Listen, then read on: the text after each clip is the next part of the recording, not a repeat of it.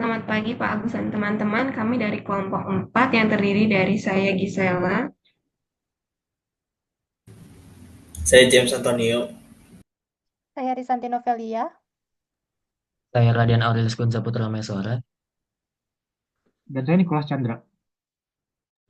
Jadi kali ini kita akan membahas dan mendeskripsikan mengenai sarana pendukung rumah yang terdiri dari penerangan utama, fasilitas buang air besar, bahan bakar utama untuk memasak, sanitasi layak, dan sumber air, dan keterkaitannya dengan beberapa faktor.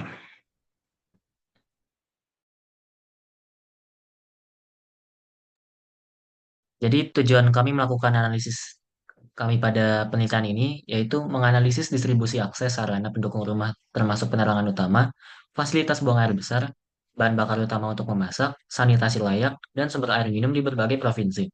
Menganalisis apakah nilai suatu variabel terbesar merata atau terkonsentrasi pada provinsi tertentu, dan mencari keterkaitan atau korelasi antar dua variabel pada data dengan variabel data terkait, yaitu indeks kebahagiaan, persentase penduduk miskin, persentase penduduk miskin menurut kota, persentase penduduk miskin menurut pedesaan, dan juga indeks pembangunan manusia.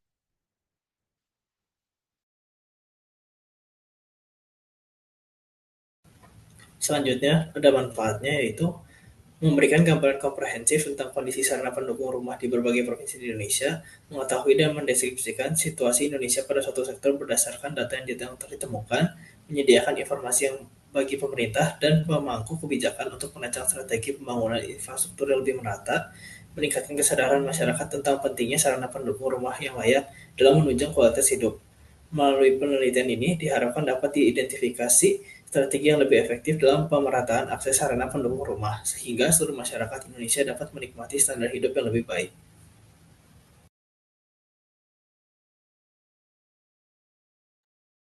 Berikut untuk data penerangan utama. Kami telah menganalisa data-datanya. Berikut data-datanya. Dapat disimpulkan bahwa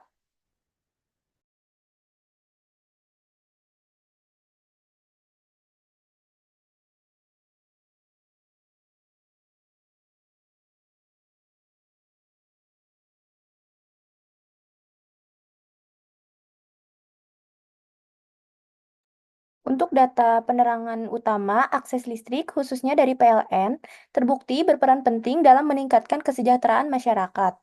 PLN berkolerasi kuat dengan rendahnya kemiskinan kota dan peningkatan IPM. Hal ini menandakan kontribusinya terhadap kualitas hidup. Meski begitu, pada aspek kebahagiaan, kolerasi PLN cenderung lemah, sementara non-PLN justru menunjukkan hubungan yang lebih kuat, terutama pada dimensi personal dan makna hidup. Hal ini menunjukkan bahwa kebahagiaan tidak hanya ditentukan oleh akses listrik saja, tetapi oleh faktor lain. Di pedesaan, ketiadaan listrik memang berhubungan dengan kemiskinan, namun sifatnya lemah dan multidimensional. Sementara itu, listrik non-PLN juga banyak digunakan oleh kelompok masyarakat yang mapan secara ekonomi, meskipun tidak selalu sejalan dengan peningkatan IPM.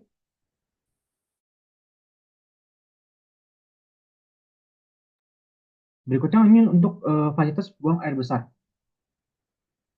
Ini adalah data-datanya dan juga ada beberapa analisis.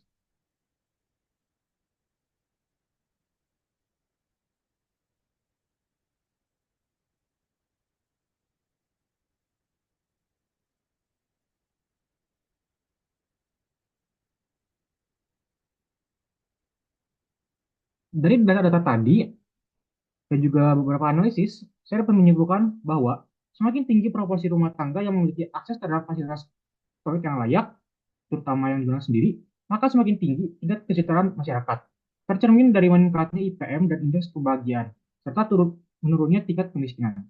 Sebaliknya, semakin tinggi persentase rumah tangga tanpa fasilitas toilet, punya fasilitas umum yang digunakan, atau yang menggunakan toilet umum berkorelasi dengan rendahnya indeks kebahagiaan dan IPM, serta tingginya angka kemiskinan. Selanjutnya adalah bahan bakar utama untuk memasak. Berikut merupakan data yang telah diperoleh melalui perhitungan software R. Terdapat data pemusatan data, penyebaran data, ada juga korelasi dari berbagai bahan-bahan untuk memasak.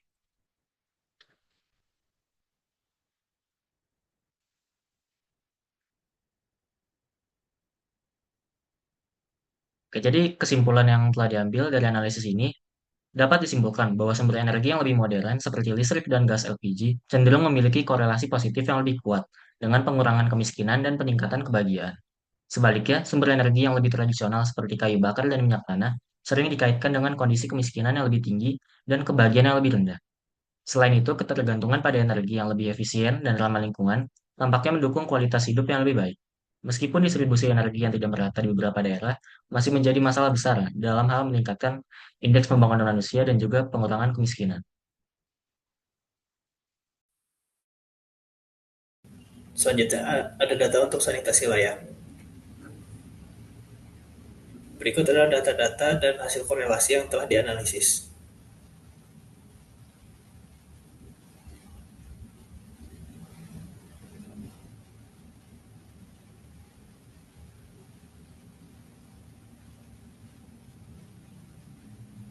Kesimpulan yang dapat ditarik adalah dengan korelasinya sendiri dengan indeks kebahagiaan metode 2017-2021 menunjukkan bahwa hubungan kebahagiaan terhadap akses sanitasi layak masih cenderung biasa saja atau sedang-sedang saja, dan dapat ditarik kesimpulan bahwa orang cenderung merasa biasa saja. Lalu korelasinya dengan indeks dimensi penyusunan kebahagiaan secara subdimensi personal, subdimensi sosial, dan indeks perasaan dan indeks makna hidup secara keseluruhan dapat dikatakan sedang.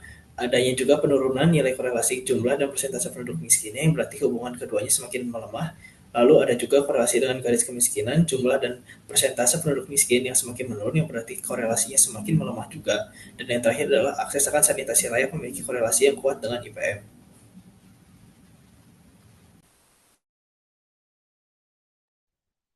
Yaitu sumber air. Berikut diberikan analisis data berupa ukuran pemusatan data dan penyebaran data dari akses sumber air layak dari tahun 2019 ke 2023.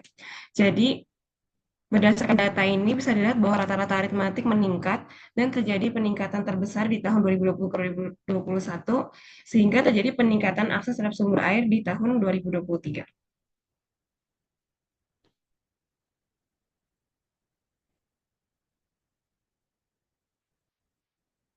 Selain itu juga penyebaran data semakin rapat sekitar median sehingga data lebih konsisten di tahun 2023.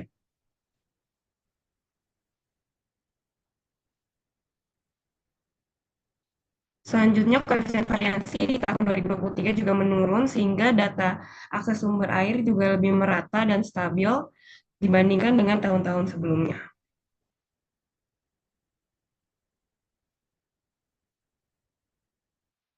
Untuk korelasi cenderung lemah di tahun 2022 dan 2023 dengan penduduk miskin, indeks kebahagiaan, dan juga IPM.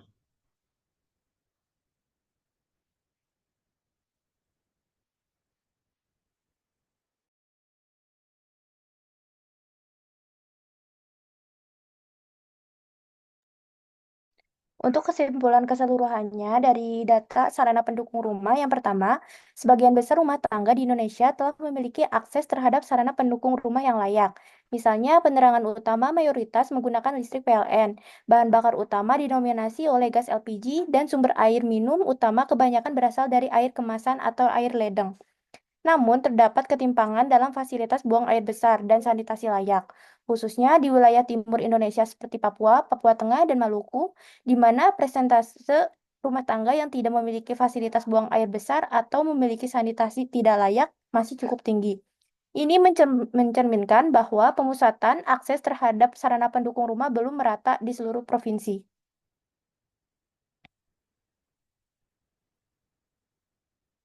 Yang kedua, terdapat hubungan positif antara sarana pendukung rumah dengan indeks kebahagiaan, khususnya pada indikator sanitasi layak dan fasilitas buang air besar layak. Provinsi dengan tingkat akses sarana pendukung rumah yang lebih tinggi cenderung memiliki indeks kebahagiaan yang lebih tinggi juga.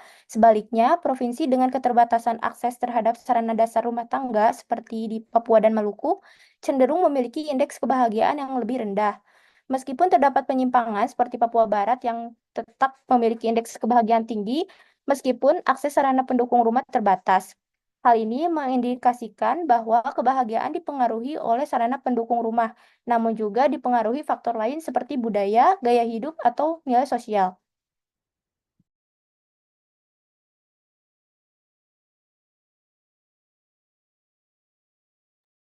Kesimpulan yang terakhir, terdapat korelasi negatif yang kuat antara sarana pendukung rumah dengan jumlah penduduk miskin, baik di wilayah perkotaan maupun pedesaan. Semakin baik akses rumah tangga terhadap fasilitas seperti air bersih, sanitasi layak, dan penerangan, maka semakin rendah juga jumlah penduduk miskin di provinsi tersebut. Hal ini menunjukkan bahwa ketersediaan sarana pendukung rumah menjadi salah satu indikator penting dalam menentukan kesejahteraan masyarakat.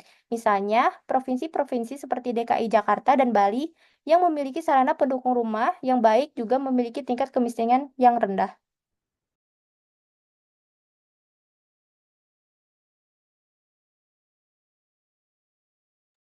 Selanjutnya, ditemukan pula korelasi positif yang signifikan antara sarana pendukung rumah dengan IPM.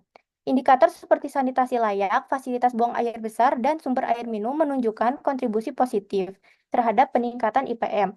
Hal ini dapat dipahami karena IPM mencakup dimensi kesehatan dan standar hidup yang layak, yang sangat dipengaruhi oleh kualitas lingkungan rumah tangga. Provinsi dengan akses sarana rumah tangga yang memadai cenderung memiliki IPM tinggi, sedangkan provinsi dengan akses terbatas menunjukkan IPM yang lebih rendah.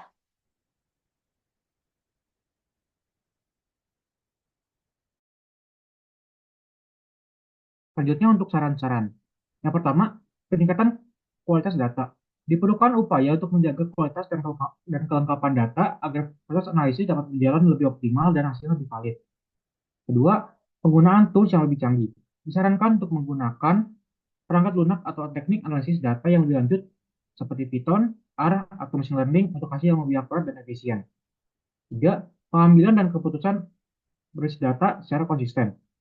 Mengintegrasikan analisis data dalam setiap proses pengambilan keputusan agar strategi yang diterapkan lebih tepat sasaran. 4. Evaluasi dan pengembangan berkelanjutan. Proyek seperti ini sebaiknya dilakukan secara berkala sebagai bentuk evaluasi untuk menyesuaikan strategi dengan dinamika yang terjadi di lapangan. Kelima, peningkatan infrastruktur sanitasi dan fasilitas buang air besar di wilayah timur Indonesia. Mengingat adanya ketimpangan akses terhadap fasilitas sanitasi layak, terutama di wilayah timur Indonesia seperti Papua, Papua Tengah, dan Maluku, perlu dilakukan upaya peningkatan infrastruktur sanitasi di daerah-daerah tersebut. Pemerintah perlu mengalokasikan lebih banyak sumber daya untuk pembangunan fasilitas sanitasi yang layak, guna meningkatkan kualitas hidup masyarakat dan mengurangi kesenjangan antara provinsi. Yang keenam, penyuluhan dan edukasi tentang pentingnya sanitasi yang layak. Selain pembangunan fisik, penting untuk melakukan program penyuluhan kepada masyarakat mengenai pentingnya sanitasi layak untuk kesehatan. Dengan meningkatkan kesadaran tentang pentingnya fasilitas sanitasi yang bersih dan aman, diharapkan dapat meningkatkan kualitas hidup masyarakat dan mendukung peningkatan kebahagiaan dan kesejahteraan. Yang ketujuh, pemerataan akses terhadap sarana pendukung rumah di daerah terpencil. Untuk mencapai pemerataan setara di seluruh Indonesia, khususnya di daerah terpencil, perlu ada kebijakan yang lebih fokus pada pemerataan akses sarana pendukung rumah tangga, seperti listrik, gas LPG, air bersih, dan sanitasi. Hal ini akan berdampak langsung pada pengurangan angka kemiskinan dan peningkatan indeks pembangunan manusia. Yang kedelapan, mengoptimalkan peran teknologi untuk meningkatkan kualitas sarana rumah tangga. Teknologi bisa menjadi solusi yang dalam memperbaiki kualitas sarana rumah tangga, terutama di daerah dengan akses terbatas.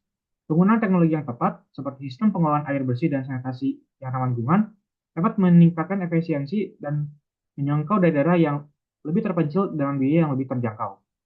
Yang kesembilan, memperhatikan faktor sosial budaya dan gaya hidup dalam peningkatan kebahagiaan. Meskipun sarana pendukung rumah berperan besar dalam meningkatkan kebahagiaan, faktor sosial, budaya, dan gaya hidup juga mempengaruhi tingkat kebahagiaan masyarakat. Oleh karena itu, selain meningkatkan fasilitas dasar, program-program yang mendukung nilai sosial dan budaya lokal juga penting untuk meningkatkan kebahagiaan dan kualitas hidup masyarakat secara keseluruhan. Dan yang terakhir, meningkatkan kolaborasi antara pemerintah dan sektor swasta. Untuk mempercepat pembangunan sarana pendukung rumah tangga di daerah yang belum terjangkau, perlu adanya kolaborasi yang lebih erat antara pemerintah dan sektor swasta. Pendekatan kemitraan ini dapat membantu dalam membiayai dan mengimplementasikan proyek-proyek pembangunan infrastruktur yang dapat meningkatkan kesejahteraan masyarakat secara menyeluruh.